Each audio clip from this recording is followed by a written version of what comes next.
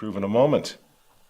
Let's just look at who Francis is partnering with right now. For heaven's sake, can we just be honest? Can we just pull the blinder off, the blindfolds off, and look at who this guy is partnering with? We showed this film to you in 2020, but now, again, it's so much more relevant than it was. Look at who he's partnering with.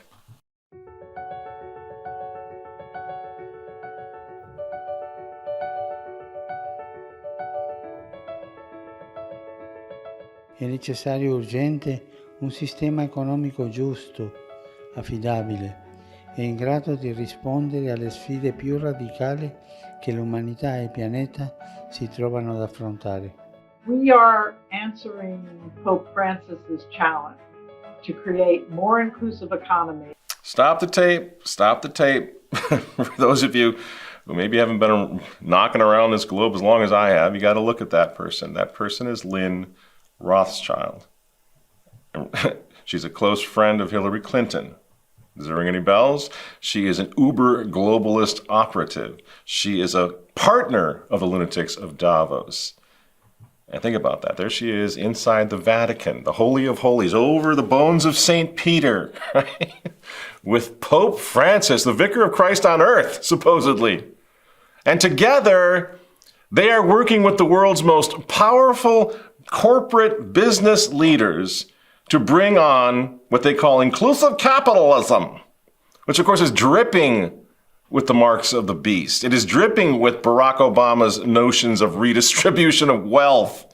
You see? So they're going to take all your money and give it to somebody else. They're doing it right now. We're watching it happen. These young punks, borrowing money, and then Biden gets to tell them they don't have to pay it back. Where's the morality in that? You don't have to pay it back. Just don't worry about it. You see, that's redistribution of wealth. That's you and I paying for these kids to get these completely ridiculous educations at completely ridiculous centers of higher learning. Redistribution of wealth, in other words. This whole thing dripping with Hitlerian eugenics on steroids, the steroids involving technology, Karl Marx's ideas of socialism and class warfare, nanny state politics, right? That's what they're working on right now. And here again is Lynn Rothschild explaining how it works. So Lynn, how do you define inclusive capitalism? Well, inclusive capitalism is simply a market-based economy that is sustainable, inclusive, dynamic, strong, and trusted. And how does it differ from the capitalism that most people believe exists in America? What's the key distinction? Well, sadly, 60% of Americans don't believe the system works for them. So by definition, that's not inclusive. So it is in everyone's interest to make sure that we're investing in and supporting companies that are doing the right thing for their people, for their communities, for the planet. And if it sounds familiar, it should, because Lynn here is talking about, of course, Klaus Schwab's ESGs. The ESG risk rating. A free, confidential rating tool that assesses your environmental, social, and governance risk. It distills the complexity of ESG into a single score, yet allows you to interrogate the detail. Leaders want to know where their organizations are excelling and areas requiring focus. We bring that focus in two ways. First, by leveraging the World Economic Forum's ESG metrics in a coherent framework. So does your company, for example, support LGBTQRS rights? No? Well, then you're not going to have a good ESG score, and so no real money is coming your way. Is your company diverse enough? Is your company green enough? Are you committed to equity and inclusion? And our buddy Klaus Schwab is the father of the ESG, of course. We all know we need to make the world more resilient, more inclusive, and more sustainable. So the stakeholder concept, and particularly the ESGs, are a very important part of getting business involved. So why is this globalist chick playing a starring role inside the Vatican right now? Why is she doing that? It's because Francis gets his talking points from Klaus Schwab, as we've said, for a long time. And Francis was endorsing the same ESGs. He didn't call them ESGs, but he was endorsing the same thing, the very idea of punishing companies that are not green or LGBT friendly enough, making so that you can't donate money to them. He's been talking about this since 2020. Here he is.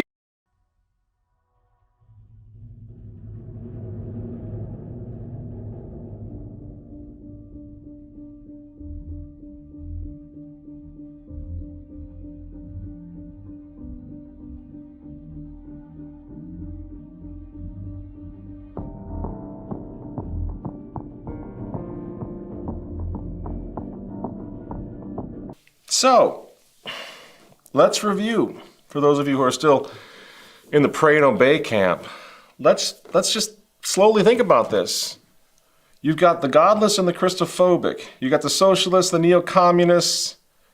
You got the globalists, the cabal. You got Klaus Schwab. You got Lynn Rothschild and her family. You got Hillary Clinton and her family. You have Bill Gates and his foundation. You have Pope Francis. They're all working together to reset the world with the children of darkness. We invite all businesses, large and small, and individuals to join us as stewards for inclusive capitalism by going to our website, agreeing the principles, and making your own commitments to inclusive capitalism. Please join us. Thank you.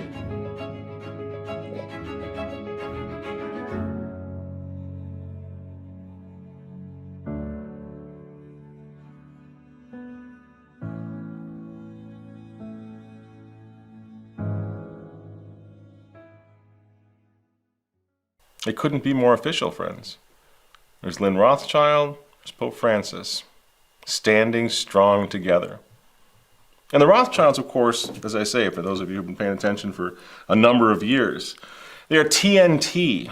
Social media, for example, will unleash an army of fact-checkers and pull down your posts if you even suggest that Klaus Schwab is related to the Rothschild, which of course is an active conspiracy theory all over the internet right now. It is not true. No, they shout, Klaus is not a Rothschild. That's a conspiracy theory. You know what? I think it is. I've seen no link actual link between Schwab and the Rothschild. At least I can't find one. But my point is, don't you dare try to associate him with a Rothschild. That's really dangerous. It's better, in fact, that the field marshal, that his dad was a Nazi, which he was, than that his mother was a Rothschild. So rife with conspiracy theory, fodder, and intrigue is the Rothschild family. You see what I'm saying? Yet there she is. There she is, Lynn Rothschild, boldly and in broad daylight, working alongside Pope Francis.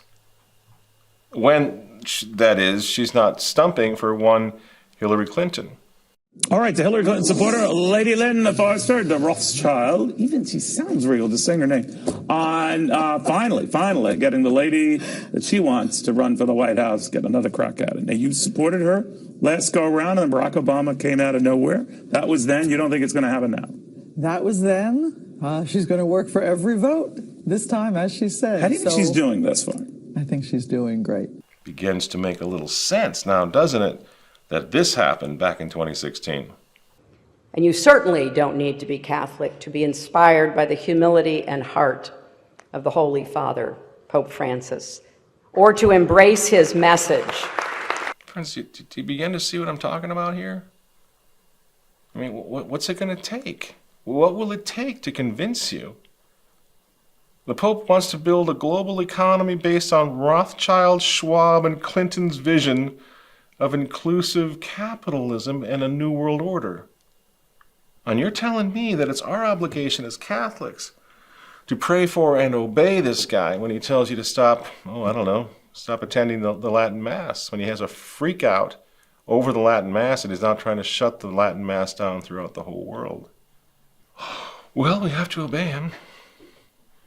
It's an argument that makes the Catholic Church look singularly ridiculous.